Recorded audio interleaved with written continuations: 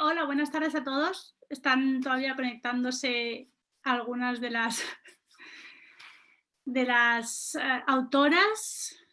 Bueno, están todas conectadas, están conectándose el vídeo. Creo que falta Ruth, por lo menos en mi ordenador.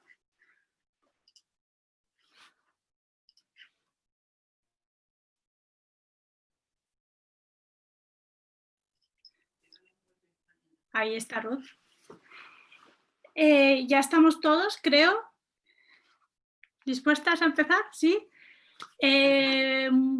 Muy buenas tardes, muchísimas gracias a todos los presentes y en primer lugar gracias a las autoras por estar todas presentes en este evento de presentación de un documento de trabajo en el que lleva muchos meses.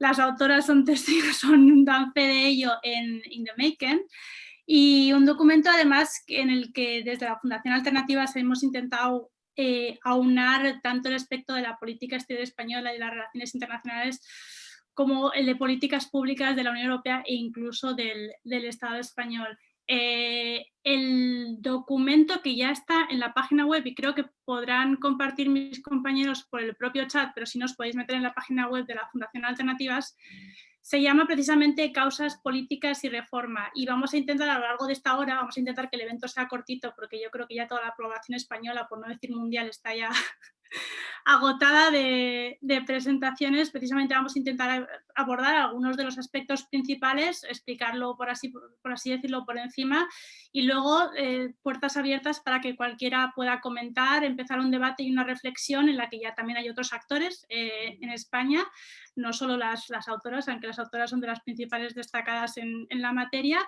y que creemos que tiene que seguir avanzando. Voy a presentar primero a las autoras: Beatriz Mesa, como podéis, Ana Terrón, Gemma Piñol, Marta Pérez y Ruth Ferrero.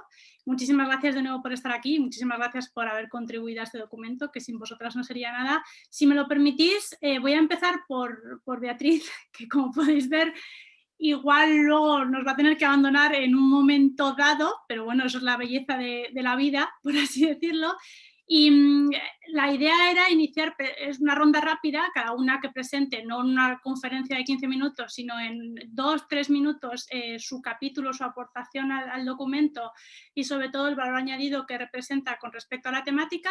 Y luego, si queréis, empezamos un debate dinámico, flexible, en el que evidentemente todos los que estáis presentes podéis aportar, podéis sugerir y podéis también criticar. Bea, por favor.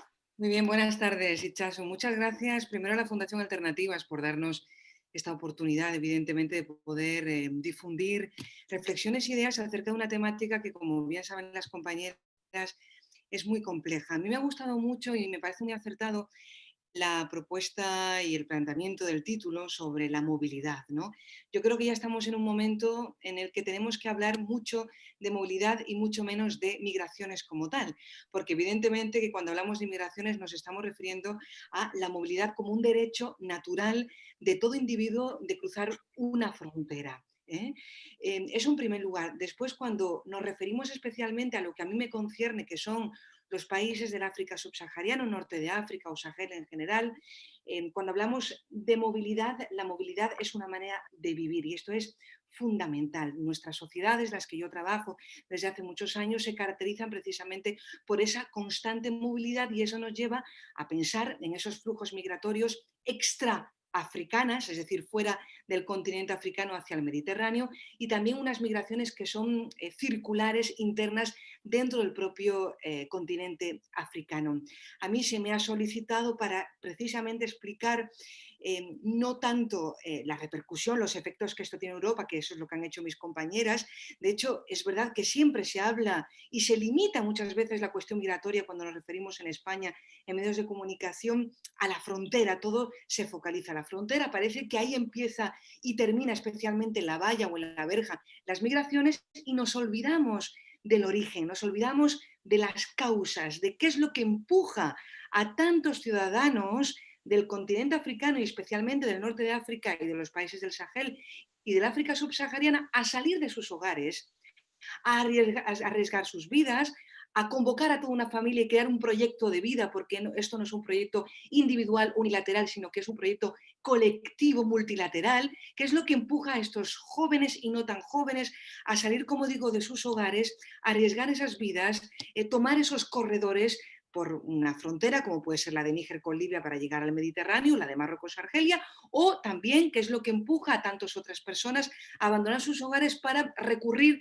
a zonas de la propia vecindad, que sería esa migración circulatoria. Evidentemente que hay unos factores que son predominantes o un factor que es especialmente preponderante, que es el socioeconómico, pero que no podemos tampoco reducir a la hambruna, ¿no? Que esto también está en el lenguaje habitual de nuestra ciudadanía, salen y huyen por hambre, no es mucho más complejo que el hambre. De hecho, la migración extraafricana no obedece o no se explica por el hambre, sino que lo socioeconómico tiene que ver siempre con la prosperidad, con buscar un puesto de trabajo que mejore su condición de vida en su país de origen y que permita a ese ciudadano poder hacer sobrevivir pues, a toda una familia entera, como decía antes. Ese factor socioeconómico está explicado de manera rigurosa y estricta en el documento, pero evidentemente que hay otros muchos factores también que van a acompañar el factor socioeconómico y que van a explicar por qué estos jóvenes y no tan jóvenes están obligados a desplazarse o movilizarse fuera o dentro del propio continente, y tiene que ver evidentemente con factores raciales, factores religiosos, factores medioambientales, factores conflictuales también, y de todo ello se habla en este documento, y especialmente en un momento, tenemos que decir pues, que ha sido un momento delicado para ambas fronteras, o delicado para toda la frontera del Mediterráneo oriental y central, porque se ha producido evidentemente unas salidas masivas de personas desde nuestro continente África hacia Europa, dentro de una coyuntura específica que sin esa coyuntura no lo hubiéramos visto jamás, y es la coyuntura de una desintegración de sistemas políticos en ese contexto tan fundamental que nunca podemos olvidar, que es un referente para nuestro estudio, de las primaveras árabes, que es lo que ha hecho que un país como Libia o como Argelia se conviertan, o Túnez, en verdaderos corredores de estos migrantes hacia el Mediterráneo. Esto es para mí fundamental, y luego, si queréis, pues podemos seguir a lo mejor llegando un poco más en profundidad a los conceptos y a las ideas. Pero, y luego habías también dicho, Itxaso, no, creo que habías apuntado, sí, el valor añadido, ¿no? El valor añadido en mi caso creo que está en la empiria, ¿no? En el trabajo de campo, es decir, he tenido la suerte, la capacidad de poder trabajar a partir de muchas narrativas, muchos relatos recogidos en aguas del Mediterráneo central, desde el buque La Navarra, ese buque que se contextualiza dentro de Operación Sofía, desplegado en aguas del Mediterráneo frente a las costas libias, que se desplegó frente a esas costas para no tanto luchar, como se dice en la teoría, contra los traficantes de personas, sino para rescatar a personas. Entonces, ese trabajo de campo, a través del rescate de personas y a través de esa recolecta de narrativas, nos permite entender desde primera mano el por qué esas personas terminan saliendo de sus países de origen. Y ha habido otro trabajo de campo que viene explicado en el documento, que está hecho en Marruecos, en el sur de Marruecos, en que la Saragna, fruto de una auténtica catástrofe humanitaria, porque una embarcación con 60 jóvenes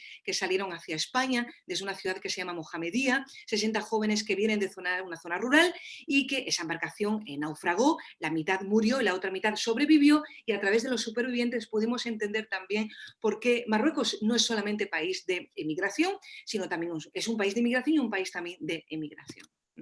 Sí, yo creo que precisamente algunos de los aspectos que ya señalabas vamos a poder relacionarlos con fenómenos, con dinámicas de externalización que también se abordan en otros de los capítulos, y me parece interesantísima la interrelación. Has hablado tú precisamente del marco conceptual, y yo precisamente tenía muchísimas ganas de incluir un prólogo escrito por una experta como es Ana Terrón, que precisamente pone en situación todo el documento y todos los capítulos que se pueden leer a continuación. Y si nos hicieras el favor, Ana, me encantaría que pudieras introducir también la importancia de los conceptos al hablar de algo tan delicado como los flujos migratorios y como la gestión de la movilidad. Muchas gracias, Itxaso. Gracias a todas y enhorabuena, Beatriz, además de por el artículo, por otras cosas más relevantes, aunque no tan interesantes hoy, pero mucho más relevantes en la vida. Enhorabuena. Yo creo que, bueno, mi perspectiva aquí es un poco abusiva porque realmente el contenido material pues lo han escrito el resto de las autoras, ¿no? Yo sí que he querido, porque creo que es muy relevante, y lo decía también Beatriz, intentar contextualizar de qué hablamos cuando hablamos de migración, ¿no? La verdad es que migración y migrantes se han convertido en expresiones polisémicas que incluyen cualquier cosa, ¿no? Yo ayer en una reunión oí decir que los migrantes no nacidos en España eran el 20% de la población según el INE. Y claro, me quedé bastante atónita porque, bueno, pues no hubo forma de convencer a mi interlocutor de que lo que decía era cierto. Y además se enfadó conmigo, en lugar lo abandoné. Pero claro, si confundimos no nacidos en España, españoles, migración, y en general vivimos en ese universo de confusión absoluta y de connotación de las palabras migración, migrante, refugiado y de las palabras migración y asilo, ¿no? Lo que yo he querido dibujar es cómo abordar las migraciones, abordar las políticas de migración y las políticas de asilo requiere entender toda la complejidad, y Beatriz hablaba de una parte, por un lado, porque si no, no podemos hacer políticas públicas sobre categorías que no comprendemos o a las que asignamos elementos impropios de ellas, por un lado. O sea, por un lado nos obliga a trabajar en entender bien de qué hablamos y socializar esas categorías para que se sepa qué se puede y qué no se puede hacer con las políticas migratorias. Y para hacer eso, y eso también lo he querido subrayar, se requiere despojarnos de mucha subjetividad, es decir, abandonar muchos de los prejuicios que tenemos en relación con esta cuestión, ¿no? Beatriz hablaba de la pobreza. No, claro, es que si pensamos que los migrantes, que no son más que las personas que se han movido de su lugar de origen hacia otro, son todos pobres, pues ya connotamos la cuestión de una determinada manera, ¿no? Yo señalo, por ejemplo, que no usamos la palabra migrante cuando hablamos de personas altamente cualificadas con salarios altos.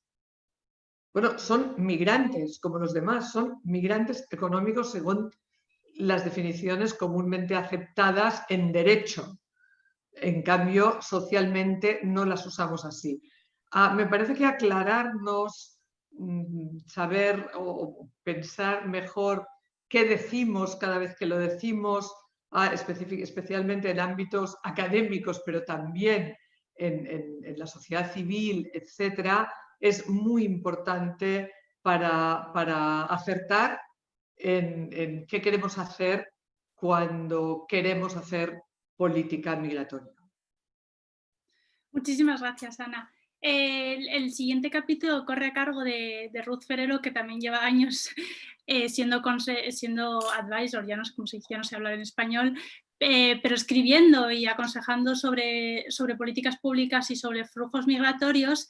Y bueno, lo va a decir ella, pero su capítulo también es uno de los pilares de este documento que ayuda a entender, como decía justamente Ana en su presentación, al final, por lo menos en mi cabeza, y yo espero que los que lean el documento también lo piensen, el capítulo de Beatriz se entiende perfectamente si lo combinas con el resto, y ese era uno de los objetivos del documento, si lo combinas con el de Ruth, para entender la reacción en una frontera, pero la realidad en la otra frontera. Pero Ruth, no te quito más tiempo porque la palabra es tuya. Muchas gracias por la invitación, muchas gracias por dejarme participar y tomar parte del este documento, que yo creo que ha quedado muy completo, analizando el origen, el destino, las reacciones y las causas, ¿no?, de la movilidad humana.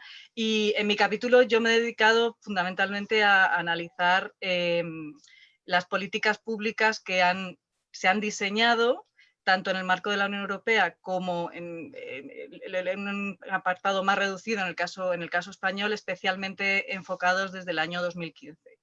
No me he ido más hacia atrás, no he revisitado toda la construcción de la política migratoria europea, sino que he analizado un poco en profundidad cómo han sido los debates y cuáles han sido las posiciones en el marco de la Unión, qué decisiones se han tomado, qué alternativas han querido dar a la actual política migratoria y de asilo, en qué momento estamos y bueno, qué perspectivas podemos tener de cara a los próximos meses con el nuevo Pacto Europeo de Migración y Asilo, que parece que está en capilla y que va a salir en breve, o si no en el otoño.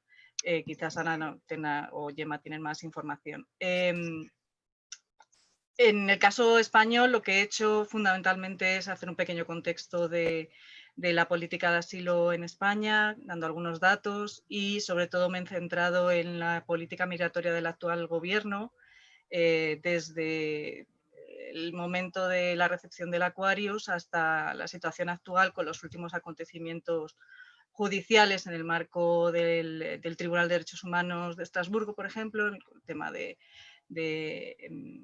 la sentencia en relación con la ley Mordaza y bueno, he extraído algunas conclusiones en relación con ese tema. No me quiero alargar mucho porque me apetece sobre todo debatir.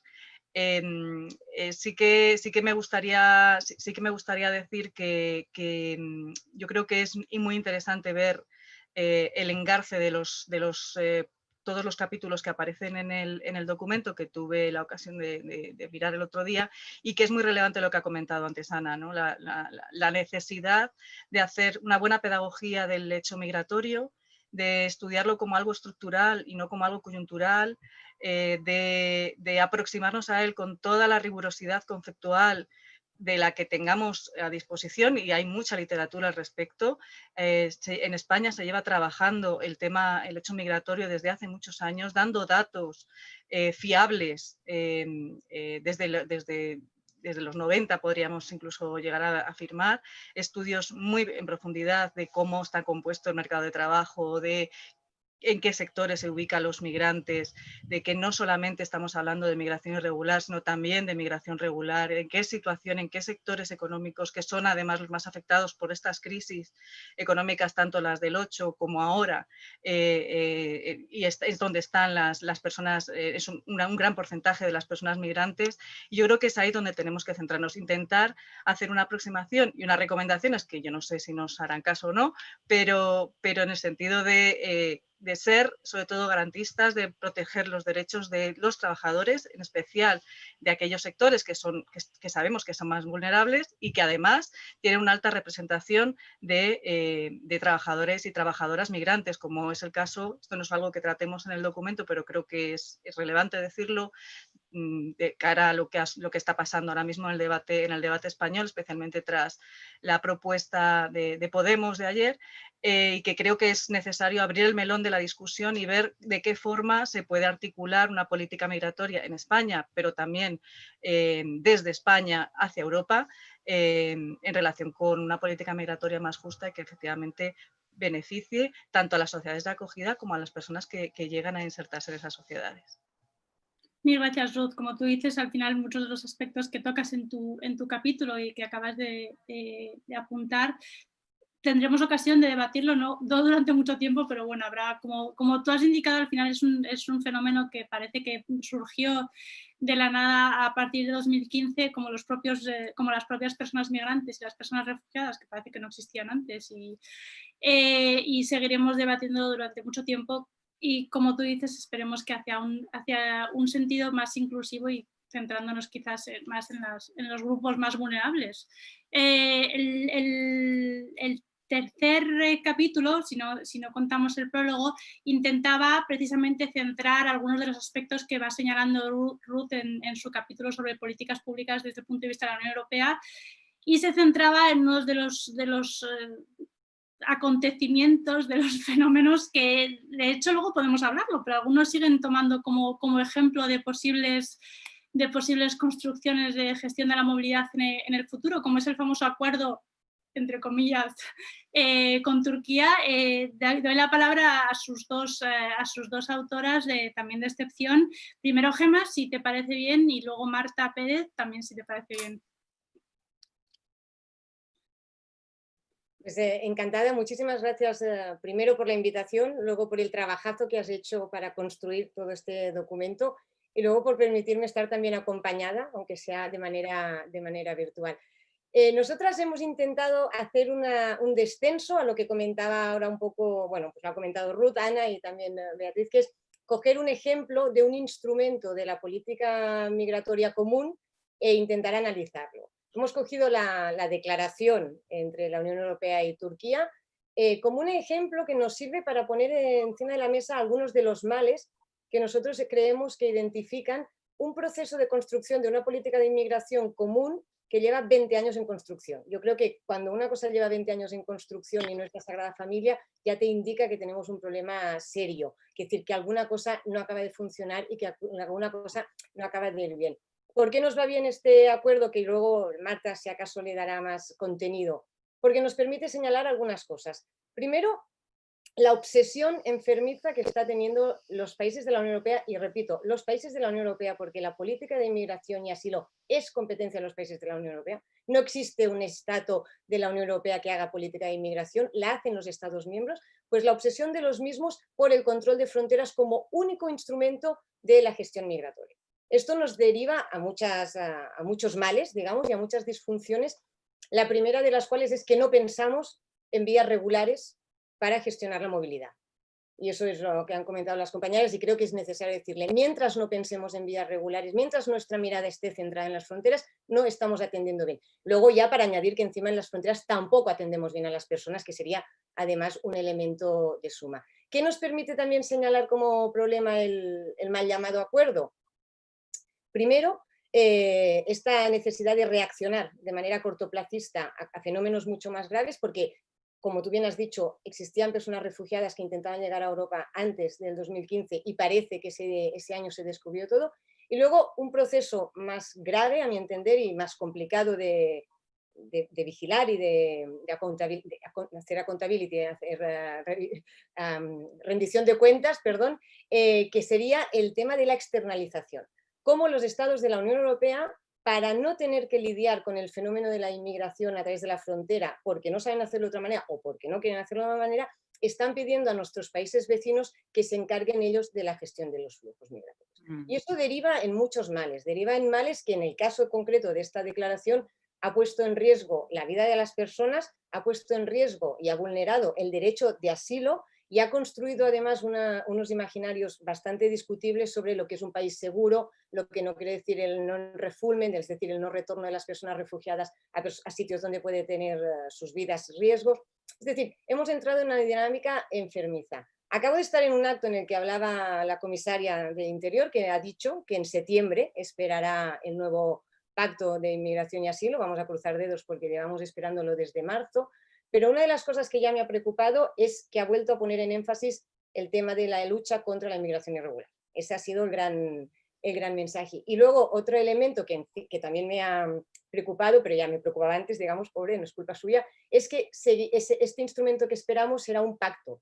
Un pacto intergubernamental quiere decir que no es normativa europea, es un acuerdo entre los Estados miembros. Y esto nos vuelve a dejar encima de la mesa la necesidad de decir que Europa no es el problema, Europa es la solución y que tenemos que ir trabajando para que las políticas de inmigración y asilo de verdad cada vez sean más europeas para ser más garantistas con los derechos de las personas que se mueven. Marta, si quieres, como decía Gemma, aterrizar incluso más de lo que le ha hecho ella sobre el famoso acuerdo, que al final, como decía Gemma, no es más que una declaración, aunque con consecuencias quizás perniciosas. Sí, voy a intentar no repetirme con Gemma. Si tuviéramos que hacer un titular, por hacerlo breve, yo creo que la Unión Europea ha priorizado de alguna manera la eficacia en el corto plazo, y esto es importante recalcarlo, en el corto plazo, y la ha antepuesto al compromiso con los derechos humanos y con la institución del asilo. En el caso de la declaración, en algún momento se me escapará acuerdo, pero en el caso de la declaración, yo creo que podemos agrupar el impacto negativo en dos grandes ámbitos. Uno es cómo impacta a las personas que necesitan protección internacional. La garantía de sus derechos no es tal con esta declaración, por varios motivos. Primero, porque la declaración necesitaba, entre comillas también, considerar que Turquía era un país seguro. ¿Y esto qué implica? Esto implica, primero, que este mecanismo del listado de países seguros debe ser una excepción o debe utilizarse de manera excepcional y no debe ser la norma, y así también lo dice la jurisprudencia del Tribunal Europeo de Derechos Humanos y del Tribunal de Justicia de la Unión Europea. Es decir, los casos, las solicitudes de protección internacional han de estudiarse de manera individualizada. La seguridad del país o no no debe prevalecer. Además, Turquía se acoge de manera limitada a la Convención de Ginebra de las personas refugiadas. Hay una limitación geográfica a la que se acoge, con lo cual, si bien es cierto que en la práctica en Turquía hay personas con protección internacional y con protección temporal, como es el caso de las personas sirias, esto de alguna manera también limita el reconocimiento de este derecho de asilo. Y luego tenemos otro punto en Turquía, y es que hemos visto como tras el golpe de Estado de 2016 el número de solicitudes de asilo de personas turcas en la Unión Europea se ha incrementado también de manera exponencial, con lo cual es un país que podemos decir que su salud democrática es cuestionable. Y además las personas que mediante la declaración han sido retornadas de Grecia a Turquía, sobre todo las personas que no son de origen sirio, se han puesto a disposición de unos campos de detención y el retorno, el retorno a sus países de origen ha sido prácticamente inmediata y no les ha dado la oportunidad de solicitar protección internacional. Para las personas sirias están en un limbo totalmente, porque el acceso a la información y el acceso a la solicitud de protección internacional es prácticamente inexistente, pero al mismo tiempo no pueden ser retornadas a Siria, como es evidente. Con lo cual vemos que aquí hay un problema para que el impacto negativo lo sufren las propias personas. También es cierto que, y esto es más una contradicción que un impacto directo, la propia declaración viene a decir, vamos a retornar de manera inmediata a las personas que hayan entrado a la Unión Europea, a Grecia, de manera irregular, atravesando Turquía. Y este retorno va a ser inmediato, pero al mismo tiempo vamos a respetar el derecho internacional y vamos a atender a las solicitudes de asilo de manera individualizada. Esto en sí es una contradicción. O sea, cuando pretendes hacer ese examen de la solicitud de manera inmediata y de manera rápida, es incompatible. Es decir, esa rapidez o esa inmediatez no debería ser la norma. Y además, quiero decirte, sabemos cómo estaba ya el sistema de asilo griego. Sabemos el colapso que había en Grecia, con lo cual no podíamos esperar que ese sistema fuese capaz de canalizar, digamos, esas solicitudes. Y luego está el impacto, que creo que ya lo han comentado las compañeras y que seguiremos hablando, el impacto sobre el proyecto europeo, el impacto de ese compromiso de la Unión Europea con los derechos y libertades, y sobre todo afectando también a la institución del asilo.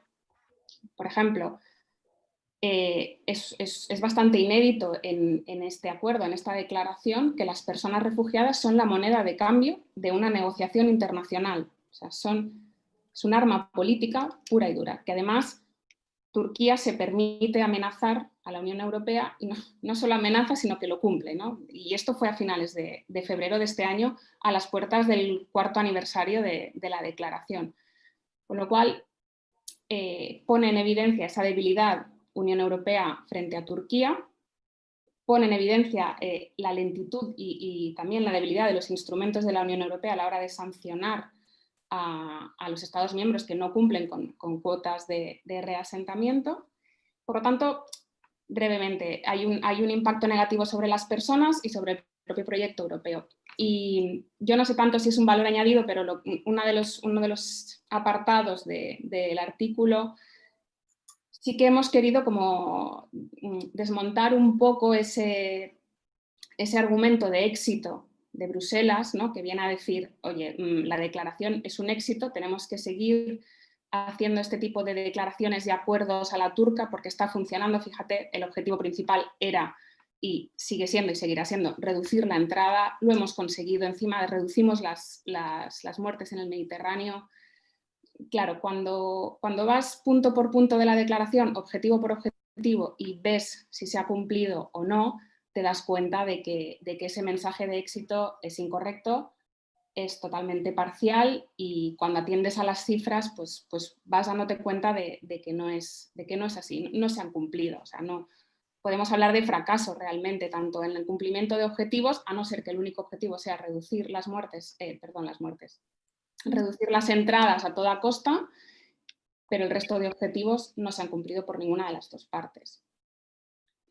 Muchas gracias, Marta. Precisamente, al final, yo creo que también lo ha apuntado Ruth, la comisaria creo que ha puesto de nuevo el caso, no sé si lo ha mencionado explícitamente, pero sí que ha hablado de la posibilidad de volver a crear estructuras similares al acuerdo con Turquía, con vistas a la presentación de este nuevo pacto sobre migración en septiembre. Si me lo permitís, y en orden inverso, si estáis de acuerdo, sí que me gustaría preguntaros qué esperáis de este pacto, de esta propuesta de pacto en septiembre, y cómo os gustaría dentro de lo realista, porque al final la varita mágica no la tenemos.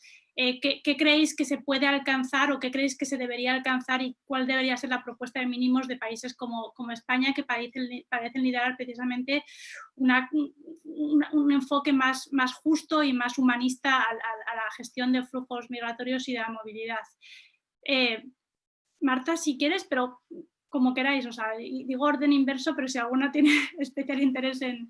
Además, yo creo que, creo que es interesante porque vea, o sea, al final el nuevo enfoque de este pacto también incluye, o también tendría que incluir, la posibilidad de relaciones con estos estados de origen o de tránsito de los migrantes. Por eso tú también podrías añadir luego. Rápidamente, porque ese no es una cuestión que haya trabajado en profundidad, de cómo lo han hecho mis compañeras, pero fijaos, hubo un pacto muy importante que seguiríais vosotros, el Pacto Internacional de las Migraciones, que se firmó en Marrakech hace algo más de 2 años, si no recuerdo mal, ¿verdad?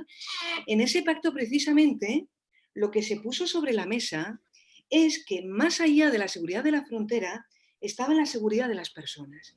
Y yo creo que ese cambio de relato, ese cambio de narrativa fue fundamental. Vamos a dejar de hablar de la securitización fronteriza y vamos a empezar a colocar en el centro del debate al individuo, al ciudadano, a la persona, al migrante, ¿no? Y yo creo que esto fue histórico, inédito en aquel momento. Desgraciadamente, desde hace 2 años hasta ahora, parece que se nos ha olvidado realmente ver esa movilidad como una oportunidad y no hablar tanto de la protección de la frontera como de la protección de las personas. Creo que Ana ha hablado de la importancia de comenzar a hablar mucho más de la gestión de las personas, ¿no? De la gestión de esos flujos migratorios. Y yo creo que el debate sigue estando ahí. Sigue estando ahí. Estamos hablando de protección fronteriza, de externalización de frontera como instrumento que no está funcionando, que es ineficaz por muchas razones que no sé si tendremos tiempo de exponer, o estamos hablando de personas que están arriesgando vidas y sobre las que se están vulnerando diariamente los derechos humanos. Y esto fue fundamental en el Pacto de las Migraciones en Marruecos, donde se puso de manifiesto, una vez más, movilidad como una oportunidad, ahora que viene a colación del título de este documento, viendo una Europa cada vez más envejecida, viendo un envejecimiento demográfico y viendo una oportunidad en el continente africano con respecto a los europeos, ¿no? Bueno, eso es lo único que quería comentar. Había dicho en orden inverso, pero es verdad que Isa parece que se está levantando, así que mejor, Marta, si te parece. Vale. Yo creo que más que... porque entiendo que esto es una especie de carta a los Reyes Magos, pero con un punto realista. Yo creo que ya no tanto en medidas concretas, a mí lo que me gustaría ver es un cambio en el discurso y en las narrativas. Sería un gran logro, porque a partir de ahí ya podemos deducir pues muchas de las medidas que se implementarán y la acogida la acogida que tendrán esas medidas en los diferentes estados. Ese cambio de narrativa y esa apuesta por el respeto de los derechos humanos y del derecho internacional de asilo sería clave una visión que luche contra esa criminalización, ya no solo de personas refugiadas y migrantes, sino de todas aquellas personas y entidades que incluso ayudan a estas personas, ¿no? Con lo cual, reducir los estereotipos, ese discurso negativo, sería clave en la Europa del 2020 con todo lo que estamos viendo. Gemma, de nuevo, es verdad que si tuviéramos una varita mágica, esto creo que no acabaríamos en toda la noche, pero yo creo que sois las perfectas posicionadas para ser lo más realistas posibles. También me gustaría, si lo creéis necesario, apuntar a cuál creéis que va a ser el punto de partida de esta negociación del pacto, porque también me parece interesante precisamente para no perder de vista este realismo que al final obliga a la articulación de políticas públicas.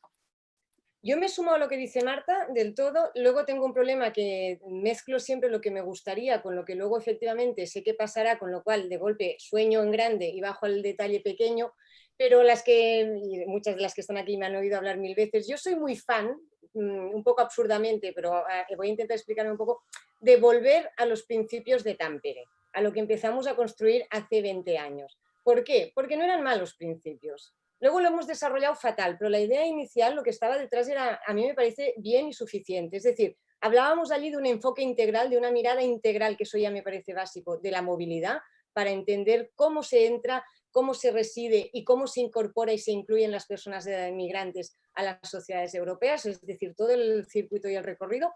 Y entonces hay que volver a la gestión de flujos, pero de verdad. Hablar de propuestas normativas que permitan a las personas acceder a territorio europeo en condiciones. Eso, a mi entender, a veces pasa por pensar cosas tipo un reglamento de inmigración que elimine mucha de la parte de las directivas y que nos permita tener normas fácilmente castigables, para entendernos, que sea sancionable su incumplimiento de una manera más fácil. Luego, en las relaciones con los países terceros, esta corresponsabilidad, que dejemos de tratar a los países terceros como gendarme solo, y que entremos en esta dinámica un poco perversa que ha explicado Marta, de que a cambio de que cumplan lo que nosotros pedimos, les tengamos que pagar dineros o mirar para otro lado cuando hay vulneraciones de derechos humanos, es decir, construir una relación más sana con los países del entorno. Luego, hablar de inclusión.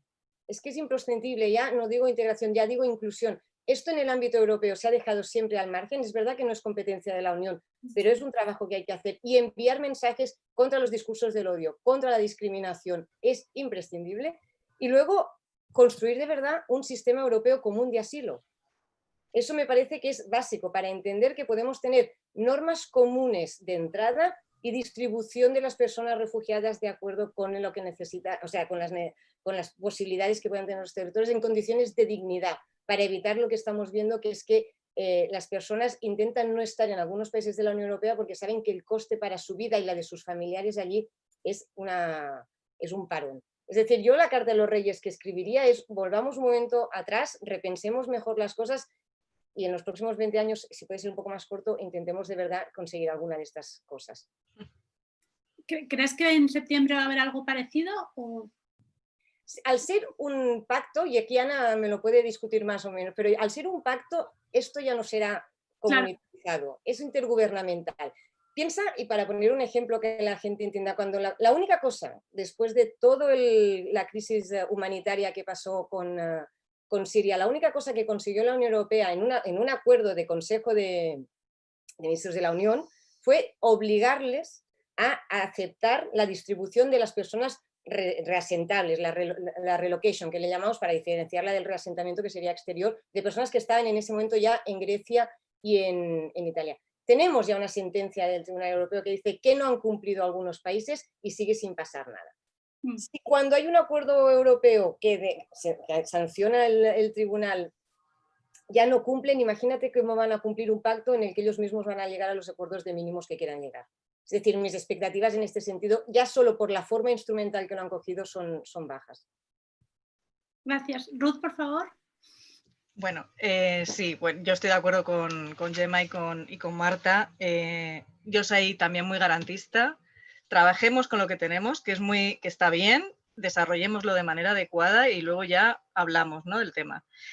Aprovechemos los instrumentos que tenemos, no hace falta hacer grandes reformas normativas, sino aprovechar algunos de los instrumentos que tenemos para hacer y diseñar una buena política pública en materia migratoria, de acuerdo al derecho internacional que también nos hemos dado, ¿no?, que hemos aceptado en tomar.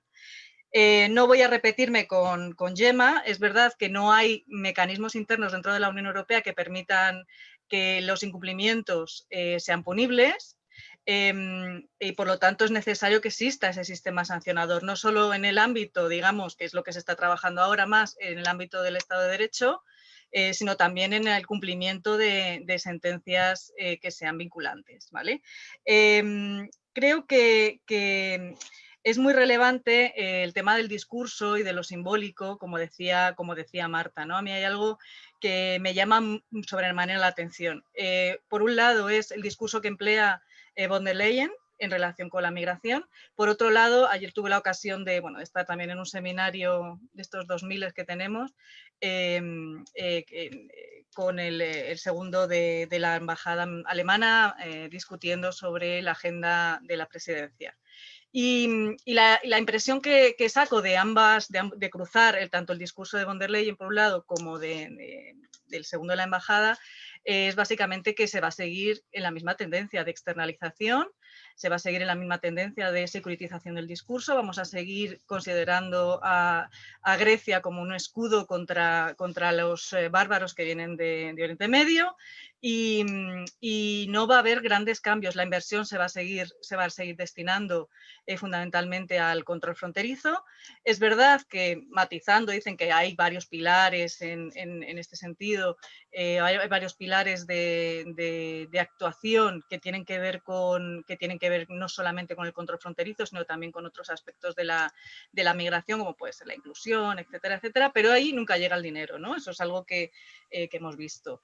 No he visto tampoco una gran iniciativa por parte de la presidencia alemana en el ámbito de las relaciones con África. Es verdad que hay una reunión en el otoño, pero no he visto una posición política potente por parte de la presidencia. Y luego yo creo que es relevante traer a colación la ausencia con todo el tema de la COVID, ¿no?, de preocupación por parte de la clase política en general, de agarrar el toro por los cuernos y ponerse a trabajar realmente en políticas migratorias que gestionen bien los flujos, que permitan un acceso por vías legales y seguras al territorio europeo, y sobre todo me preocupa mucho que se esté comprando el discurso de la extrema derecha en el marco de la migración. El reflejo de esa compra del discurso para mí fue algo escandaloso, que fue en febrero cuando von der Leyen hablaba de ese escudo humano, ¿no?, en Grecia. No he visto ningún cambio significativo en ese sentido. Estamos viendo cómo también se intentan recomponer las relaciones con Turquía para proceder a la renovación del acuerdo, pero con poco éxito por el momento, ¿no? Hay muchísimas reticencias. Es verdad que ojalá que la estrategia geopolítica de esta comisión permita mantenernos firmes y defender algunos de los valores que están en el espíritu del proceso de integración. Lo hemos visto, hemos empezado a ver un poquito, ¿no?, en la cumbre con China, quizás estamos viendo otro poquito ahora también en la reunión de Borrell con el presidente turco. Bueno, yo creo que pueden ser algunos pasos, pero no veo en el ámbito estrictamente de política migratoria y de asilo, no veo que vaya a haber un cambio de rumbo ni un cambio de tendencias, más bien al contrario. Muchas gracias, Ruth. Ana.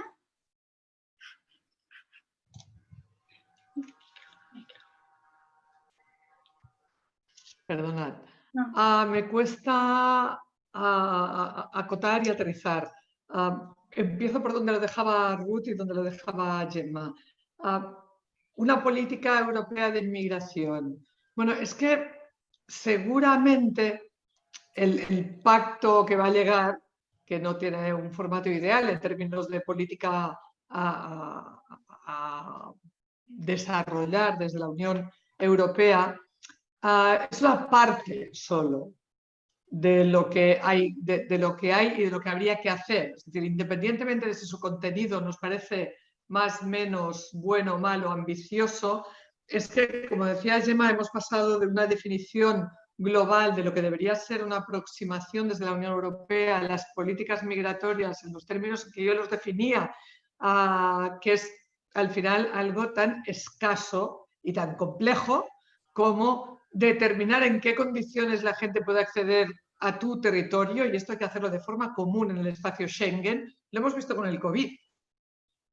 Hemos visto con el COVID una preocupación enorme por la gestión común de las entradas y las salidas del espacio Schengen, que no la vemos en materia migratoria, lo cual es completamente absurdo. En el origen de la política de migración europea está esta idea de establecer los criterios de acceso al territorio, que, insisto, en el ámbito de la Unión Europea debe ser un marco común, por razones obvias, y no me voy a extender en ello. A esto hemos renunciado prácticamente. Hace muchos años es que renunciamos a ello. Y tampoco me voy a extender porque ahora sería largo.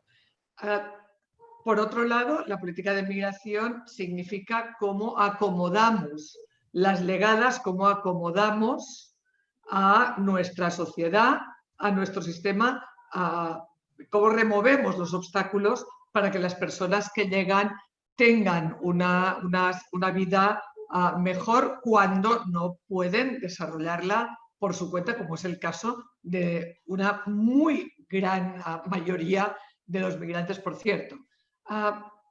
Claro, estamos en esa política europea del patchwork, ¿no? Vamos a ver cómo hacemos que una situación crítica mejore, vamos a ver cómo hablamos con los países vecinos en el corto de cómo gestionar esto en el corto plazo. Nos cuesta mucho llegar al medio, nos cuesta mucho llegar al largo, y ahí se nos pierden muchos matices. ¿Por qué pasa eso? ¿Porque nadie sabe qué es lo que hay que hacer? En parte sí, pero sobre todo yo creo que sucede esto porque cuando vamos al nivel de las instituciones de la Unión Europea, al final los acuerdos posibles son aquellos acuerdos en los que hay mayoría, y la política es el arte de lo posible. ¿Qué es lo que incide de una forma muy, muy, muy fuerte en esa posibilidad de acuerdo? La situación política de cada una de las esferas o arenas políticas nacionales que influyen en lo que los gobiernos están dispuestos o pueden gestionar a nivel europeo. Entonces, ese ya es un elemento muy importante, y ese elemento está muy condicionado por esa carga subjetiva de la migración, lo que vosotras decíais, las narrativas, ¿no?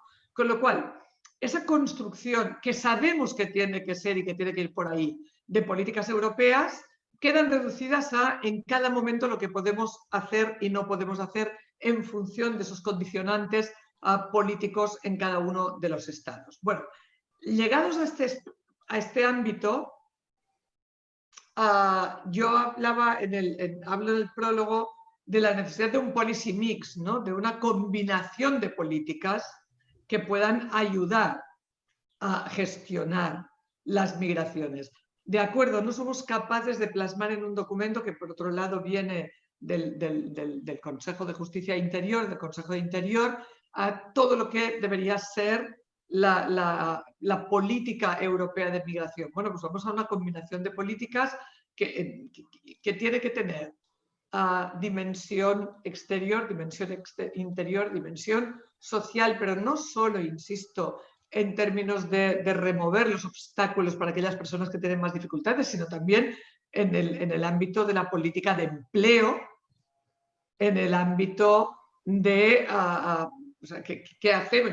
Yo personalmente no soy partidaria de no tener criterios de entrada, no soy partidaria de las regulaciones generales, a pesar de que me parecen imprescindibles en algún momento, pues como solución en un momento dado a problemas acumulados.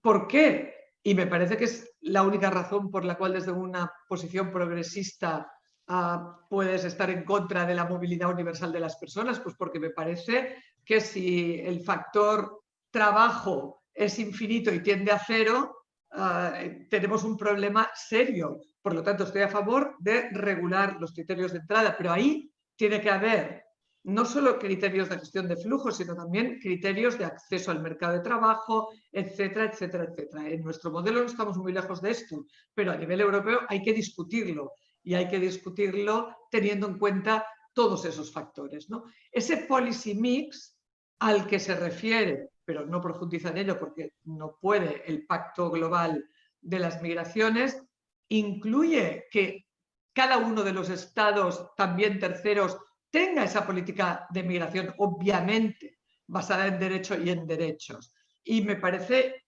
interesante trabajar en construirla. Volviendo a lo que decía al inicio, ¿dónde estamos y qué es lo posible y qué es lo no posible? Bueno, pues seguramente lo posible, cuando le ponemos ese título en negritas de Política Europea de Migración, es muy poco. Vamos a intentar trabajar en ese policy mix, en esa combinación de políticas que nos permita gestionar, no en términos de gobernar para parar, sino de gestionar los flujos. El éxito de los distintos componentes de esta política, cómo se miden, depende de nuestras prioridades. Y ahí sí que podríamos decir, y están escritas en el Pacto Global, en el Pacto Mundial de Migraciones, cuáles son.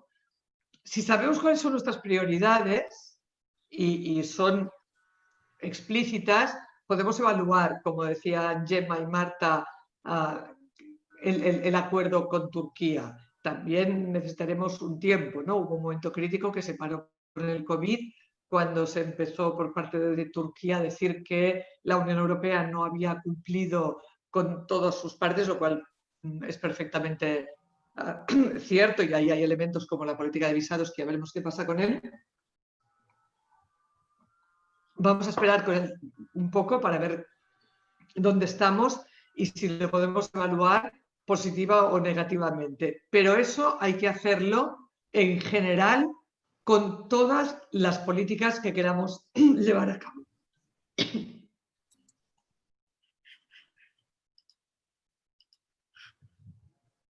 Gracias, Ana.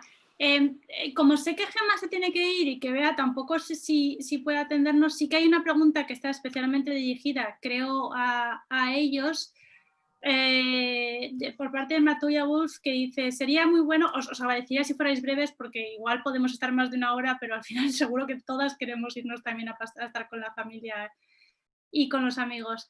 Y dice, al final resume, Tampere era antes del 11 de septiembre, algo que sabemos todos, y la narrativa que existe en la actualidad está muy ligada a esta demonización, por así decirlo, y también a hechos que han existido sobre el terreno. En relación con las causas de salida, los migrantes desde sus países de origen, más allá de las causas económicas, yo no sé si Bea va a poder, ¿puedes o no? Dice, ¿qué peso concedéis a la falta relativa de derechos y libertades? ¿Qué concepto de ciudadanía puede existir en algunos países de África subsahariana donde el Estado no llega a muchas zonas? Sí. Mira, rápidamente, efectivamente, hay otros factores que son esenciales también a la hora de explicar las causas de los migrantes, de las personas que buscan ese camino hacia Europa a través de la vía del Mediterráneo. Y una de las causas que te encuentras es el derecho a una salud pública, algo de lo que gozamos nosotros y de lo que no gozan muchos de estos sistemas que están hipotecados al capitalismo más atroz. Esto también se encuentra en las rutas migratorias, como también encontramos evidentemente que esos factores urbanos, tantas personas que están emigrando, que están abandonando el campo, las zonas rurales y que se están insertando en las grandes urbes, en ciudades, en grandes capitales de esos países del África subsahariana que tienen economías más florecientes, como puede ser una capital, Dakar, en Senegal, o Abidjan, en Costa de Marfil, y estas personas, pues evidentemente que encuentran en estas economías más bollantes una salida, y eso provoca unas determinadas, unos guetos, digamos, de ciudadanos que masivamente se concentran, y estos son consecuencias, como digo, de este factor, el factor urbano, el factor también demográfico, que esto es fundamental. Estáis hablando mucho de Turquía, que es esencial, importante, pero vamos a hablar muchísimo más de África en los años que vienen, precisamente porque África experimentará, como sabéis todos, el mayor crecimiento demográfico de cualquier región geográfica para el 2050. Esto es fundamental, y mientras que no seamos capaces de mirar cómo encontrar soluciones en origen, que las hay, y yo os pongo un ejemplo muy rápido antes de irme. Os voy a decir una cosa: os vais a las merinas, que no son merinas en el África subsahariana, eso sería más en Marruecos, pero os vais al comercio tradicional en una capital como la de Bamako, en Mali, y vais a comprar el famoso bubú, que es el atuendo tradicional que utilizan los ciudadanos de esta parte, ¿no?, del África occidental. Ese bubú, que se fabrica fuera de Mali, pero cuya materia prima procede de Mali o de Costa de Marfil, ¿dónde se está fabricando? Se fabrica en Europa, o bien el tejido se exporta, como sabéis, a China, y luego el producto final llega de vuelta a Mali o a Costa de Marfil, etc.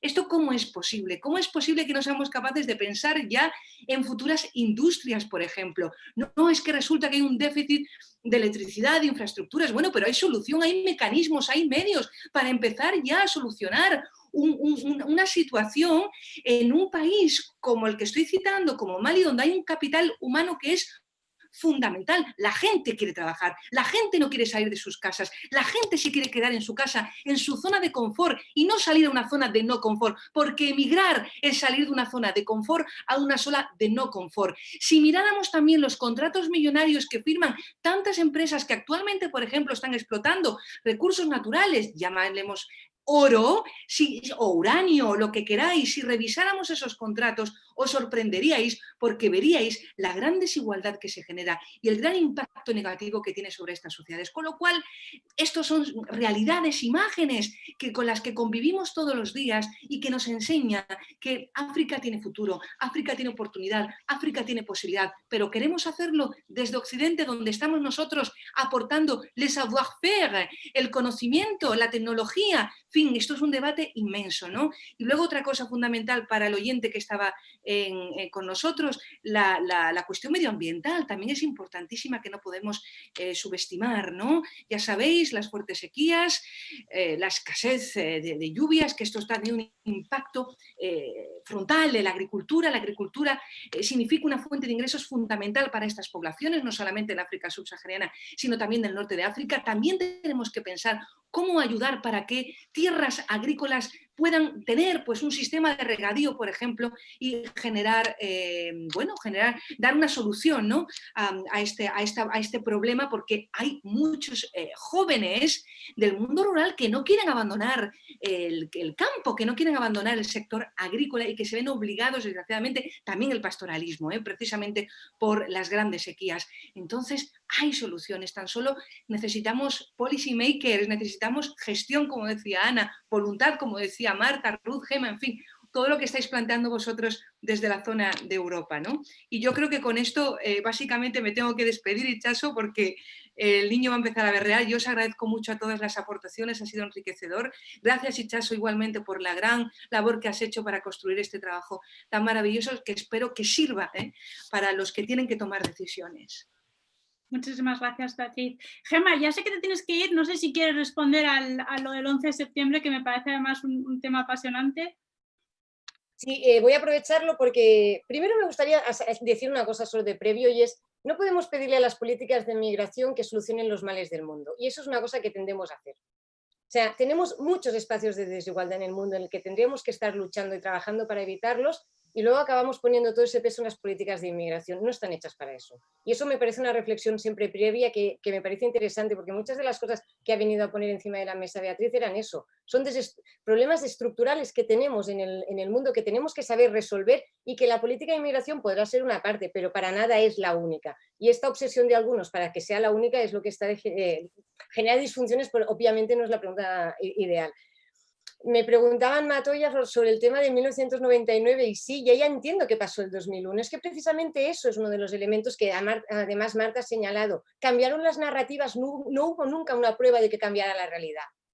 No hubo una prueba que diga que la inmigración es más peligrosa antes que el 2001 y después.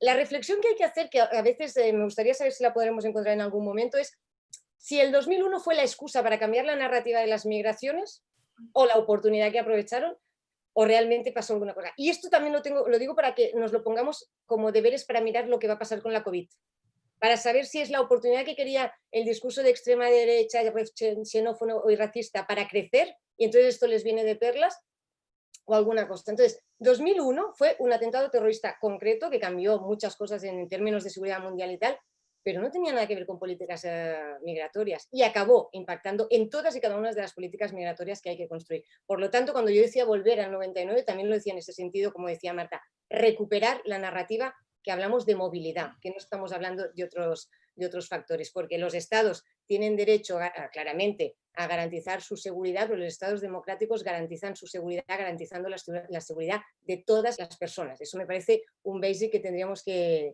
ponernos encima de la mesa. Y me voy si no te importa, voy a robar un momento porque he leído una pregunta que me ha gustado, simplemente para explicar una de las problemáticas que tenemos, que yo creo que en estos 20 años de trabajo de la política de inmigración europea, la investigación académica ha dicho muchísimas cosas. ¿Por qué estas cosas no llegan a los policy makers? Hay un momento que, bueno, a uno tiene que pensar si es porque falta capacidad de transferencia o simplemente porque no quieren escuchar suficiente a algunos. Pero me gustaría ponerlo como ejemplo con el tema, porque me parece preocupante, igual que este vínculo migración-seguridad a mí me preocupa. Ahora me preocupa uno que está generando cierto debate, que es el de migraciones y desarrollo. Cuando todos sabemos que las migraciones son un potencial enorme para el desarrollo de los países, y eso no lo discute nadie, está incorporado en el Pacto Global de las Migraciones que citábamos. Una cosa es eso y otra cosa es lo que malintencionadamente o porque no han sabido leerlo bien hacen algunos estados, que es creer que invirtiendo en el desarrollo de los países de origen se pararán las migraciones. Eso no solo no es verdad, eso no solo la academia lleva 20 años demostrando que no es así, hasta la propia comisión en el 2002 tiene escrito que eso no sucede así, sino que además pervierte las políticas de inmigración y pervierte los objetivos finales del desarrollo. Quiero decir que en estas cosas lo que querría, simplemente para acabar, es que tenemos que ser como ciudadanía muy conscientes de los discursos y de las acciones para saber bien qué tenemos que creernos y dónde podemos decir, oye, esto me parece que no va por el camino que tendría que ser. De verdad os dejo, porque tengo una cosa que no puedo perder. Os agradezco muchísimo la invitación, de verdad, y espero que las que se quedan lo dejen aún todo mejor que todo. Muchísimas gracias. Hasta luego. Gracias, Gemma. Ana, creo que también querías contestar a este punto. Ana. Lo que me sabe mal es no poder subir a Matoya Wolf al panel, porque nos podría contar muchísimas cosas y muy interesantes. Yo lo cojo donde lo dejó Gemma, ¿no? La configuración de la migración como un riesgo global, yo la discuto, es decir, hay riesgos globales y están relacionados con la movilidad de las personas, pero es que el caso del 11 de septiembre viene muy al hilo de esto que digo. Esos señores que derribaron las Torres Gemelas en un avión no eran emigrantes. Es que no hay ninguna política de inmigración que pueda parar a esos señores. Y igual que no son emigrantes a las personas que entran en la Unión Europea con el objetivo de traficar con drogas y engrosan las filas de extranjeros detenidos, y por esa vía la cifra de migrantes que delinquen.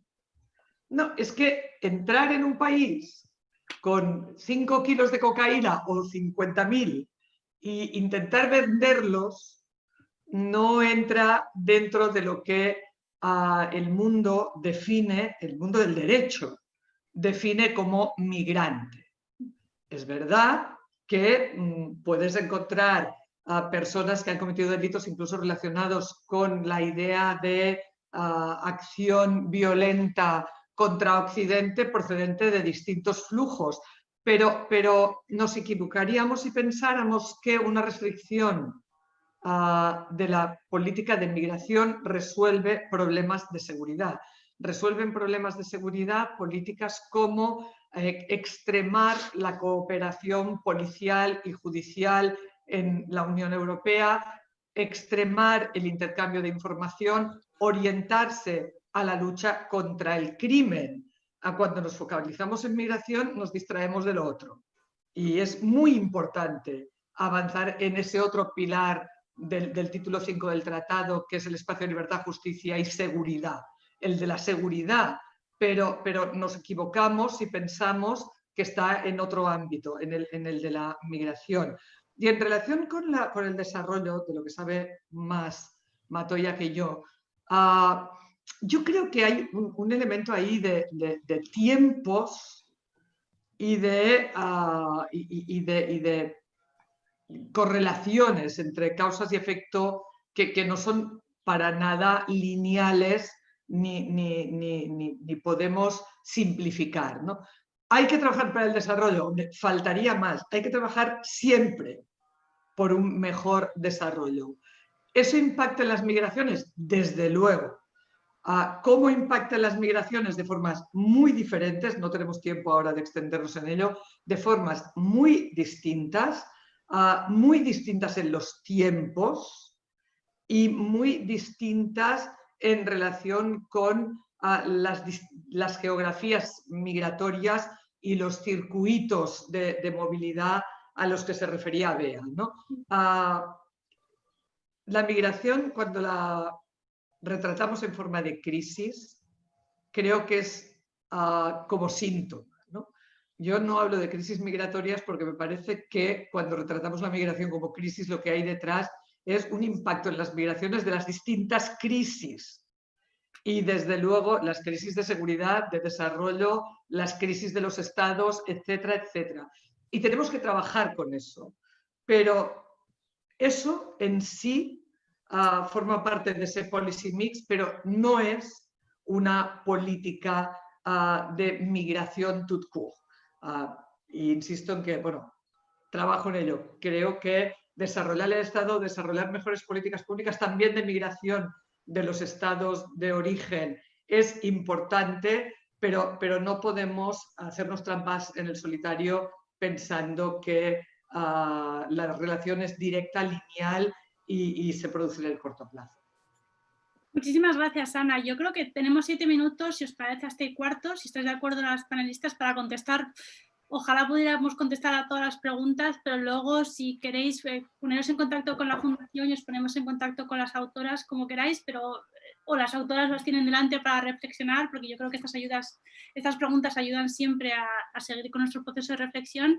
Me gustaría, primero, una patrona de la Fundación Alternativas, Estrella Galán, de CEAR, que pregunta qué opináis de la última estrategia de la Comisión que está planteando a los estados que los fondos de ayuda para reconstrucción post-COVID puedan estar vinculados a ciertos requisitos en sus políticas migratorias y control de flujos. Sí, bueno, yo creo que es un paso más, ¿no?, en las políticas de condicionalidad que se quieren abordar desde Bruselas a la hora de conceder las ayudas. Habrá que ver en qué sentido quieren reajustar esas políticas migratorias. Decíamos antes y lo remarcaba Ana, que la política de migración en España es quizás de las más inclusivas, de las más avanzadas y las más resilientes, digamos, a favorecer la legalidad la situación de legalidad, de situación administrativa legal de las personas en el territorio y de su inserción en el mercado de trabajo, y que no es así en muchos otros estados miembros. No conozco en profundidad la propuesta. No sé si Ana está más al corriente, o Marta, pero entiendo que puede ser en detrimento de un proceso de acogimiento que no cuadre demasiado bien con algunas de las propuestas que estamos lanzando aquí. En todo caso, bueno, quiero aprovechar los 2 minutillos que tengo para reafirmar y para recalcar lo que ya han mencionado Ana y Gemma, ¿no? La política de inmigración y la política de asilo son políticas de inmigración y de asilo, no son políticas que tengan otro objetivo que precisamente avanzar en una buena gestión de los flujos, en que nadie se quede atrás, en que pueda haber una buena integración social y económica de las personas que llegan, y es en eso en lo que tenemos que trabajar, no en intentar solucionar otras cuestiones. Y también muy de acuerdo con el tema de la cooperación, que se está utilizando en estos momentos como un arma arrojadiza para o la intencionalidad o el intento perverso, ¿no? de intentar venderlo como un remedio a la salida de las personas, cuando todo el mundo sabemos, todos los que nos dedicamos a estas cuestiones, que eso no es solución para nada. En todo caso, podría generar. Y luego me parece muy relevante, sobre todo en el marco del post-COVID, al cual no hemos llegado, por cierto, y que por tanto también deberíamos de haber hablado un poco sobre lo que está sucediendo ahora con las personas migrantes, y que yo creo que es muy, muy relevante, y tiene que ver con esos segmentos que decía yo al principio de la economía, en la que hay más migrantes insertos y que son los más desprotegidos, ¿no? Estoy pensando en servicio doméstico, estoy pensando en el campo, en los trabajadores del campo, ¿no? Y eso sucede no solo en España, sino en toda Europa. Entonces, quizás nos podemos centrar en las políticas de inmigración, pero también hay que pelear para que otras políticas públicas sean también más justas, más redistributivas, y generen una mayor cohesión social. Entonces, para eso hay que ponerse a trabajar, hay que convencer a la clase política, hay que convencer, sobre todo, frenar algunos lobbies, algunos grupos de presión que no están por la labor, y luego también trabajar mucho con el tema del discurso del odio, para poder evitarlo y no vincularlo precisamente a estas cuestiones, ¿no? Que es algo que a mí me preocupa especialmente. Muchísimas gracias, Ruth. Yo no sé si podéis ver vosotras las preguntas, pero igual tiene sentido que Marta y Ana también cerréis vosotras el evento, y luego, de nuevo, gestionamos las preguntas de otra manera, y lo siento muchísimo a los que han preguntado y no les hemos podido contestar. Si te parece, Marta, primero tú y luego Ana, y ya cerramos con 3 palabras mías. Vale. Nada, yo totalmente de acuerdo con lo que planteaba Ruth. Sí que veo un paralelismo, y también otra vez tirándolo un poco al ámbito del instrumento de la declaración de Turquía, y es que en 2015 nos viene bien utilizar la palabra crisis, porque de esta manera asociamos ese concepto con emergencia, y la emergencia lo que nos permite es de alguna manera experimentar con instrumentos cortoplacistas que quizá tengan unas consecuencias negativas a medio y largo plazo, pero seguimos estando en un mundo miope, en tanto que política pública. Y ahora estamos en una situación similar, es decir, tenemos una emergencia y nos podemos llegar a aprovechar de esa experimentación de instrumentos, como puede ser la condicionalidad de la ayuda, que planteaba Estrella, y esto no va sino en detrimento, de nuevo, de las garantías de derechos de las personas refugiadas y del propio proyecto europeo. Es verdad que no hemos tenido tiempo de hablar del COVID. Me gustaba una expresión que creo que utilizó Blanca Garcés, que es el asilo en confinamiento, o sea, se ha paralizado todo. El estudio de las solicitudes ha continuado, con lo cual a mí personalmente, por nombrar una de las muchísimas preocupaciones, me preocupa todas esas personas que cuando acabe esta pandemia o dentro de unos meses tengan sus solicitudes rechazadas. Es un problema acumulado, ¿no? Pero vamos a tener muchos problemas, y este será uno de ellos. Y como planteábamos en el artículo, la solución sigue siendo más Europa, mejor, más compromiso, y bueno, con eso cerraría. Muchísimas gracias, Marta. Ana, por favor, si eres tan amable. Poco más que añadir. Lo siento, Ruth, yo no tengo el texto del acuerdo. No creo que nadie lo tenga en este momento. Yo diría que es importante que empecemos a dar mensajes positivos, dar mensajes positivos en el sentido de constructivos, no en el sentido de constructivos, presentar ejemplos y cosas que se pueden hacer durante esta pandemia. En España se han abordado cuestiones de política migratoria, de plazos, de permisos, de inclusión en el mercado de trabajo. Y ese tipo de cosas yo creo que hay que empezar a compartirlas también, ¿no? Más allá de los problemas o de la frontera como problema, de la frontera como elemento clave de la política migratoria. A mí siempre me gusta decir, me repito, pero es la edad, que, claro, imaginémonos que la frontera fuera el tema de la política de comercio. O sea, que la frontera, la aduana, el control, bueno, las personas nos movemos por nuestra cuenta y esa es una diferencia abismal, pero creo que se entiende lo que quiero decir, ¿no?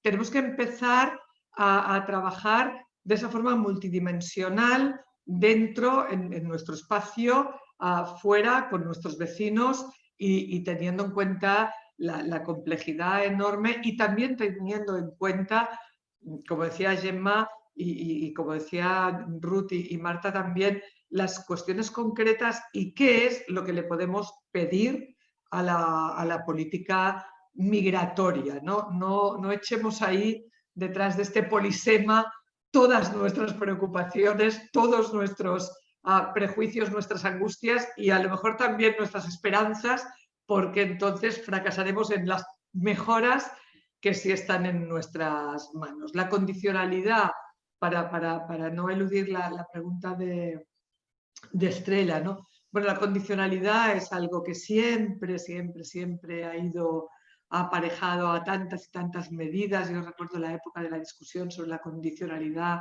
de la ayuda al control de frontera y luego la realidad se ha impuesto y esa condicionalidad de cosas que hay que hacer, como poner dinero para afrontar esa pandemia, a una cuestión como la migración y su gestión siempre han acabado en nada, ¿no? Y por lo tanto a mí yo no me concentraría mucho o tanto en eso como en ver qué podemos hacer para gestionar ambas cosas, el post-COVID, que va a ser muy duro para todos, y la política europea de migración, que sin duda hay que recomponer porque lleva en crisis desde antes del 2015 en la parte de asilo y está por desarrollar prácticamente desde los inicios de siglo en la parte migratoria. Muchísimas gracias, Ana. Muchísimas gracias a las autoras presentes y a las que han tenido que irse. Ha sido un auténtico honor. Podéis consultar el documento, los que estáis en la página web, y cualquier pregunta nos las podéis dirigir. Esto es una conversación, espero, continua, un tema además que en España es tan importante y que se ha recogido y se ha abordado con tanta sensibilidad, si me permitís decirlo. Yo, comparando con los estudios que he visto en otros países, la verdad es que en el caso español, en este caso sí que podemos decir chapó, como en muchos otros. Si me lo permitís, avisaros de que... perdón, no avisaros, sí, de que el próximo evento que tendrá lugar de la Fundación Alternativas contará con presencia de excepción con la propia ministra de Asuntos Exteriores, con Arantxa González Laya, con nuestro vicepresidente ejecutivo, Diego López Garrido, con Erika Rodríguez, nuestra coordinadora de América Latina, y Karina Cáceres, una consultora experta en comunicación política y género, porque presentamos el informe Iberoamérica de 2020. Es el primer informe, si me lo permitís. Yo estoy a cargo del informe África, que saldrá en septiembre, también muy relacionado con todos estos temas, y el informe Iberoamérica también creo que está muy relacionado con todo lo que respecta a los flujos migratorios, por mucho que a algunos se les olvide y siempre se centren en el Mediterráneo. Será el próximo miércoles 15 de julio a las 5 de la tarde y bueno, gracias de nuevo a las autoras, gracias a Fundación Alternativas Y gracias a todos los presentes y estamos a vuestra disposición para todo lo que deseéis y todas las dudas que os surjan. Buenas tardes y disfrutad de vuestras familias. Y cuidaos, que esto es lo que hemos aprendido con la COVID, si me lo permitís. Muchas gracias. Muchas gracias, Itxaso, y gracias por el trabajo. Bueno, a vosotras. Sin vosotras no hubiese- Enhorabuena, sí. Buenas tardes. Hasta pronto. Chao. Gracias, abrazos. Adiós a todas y a todos.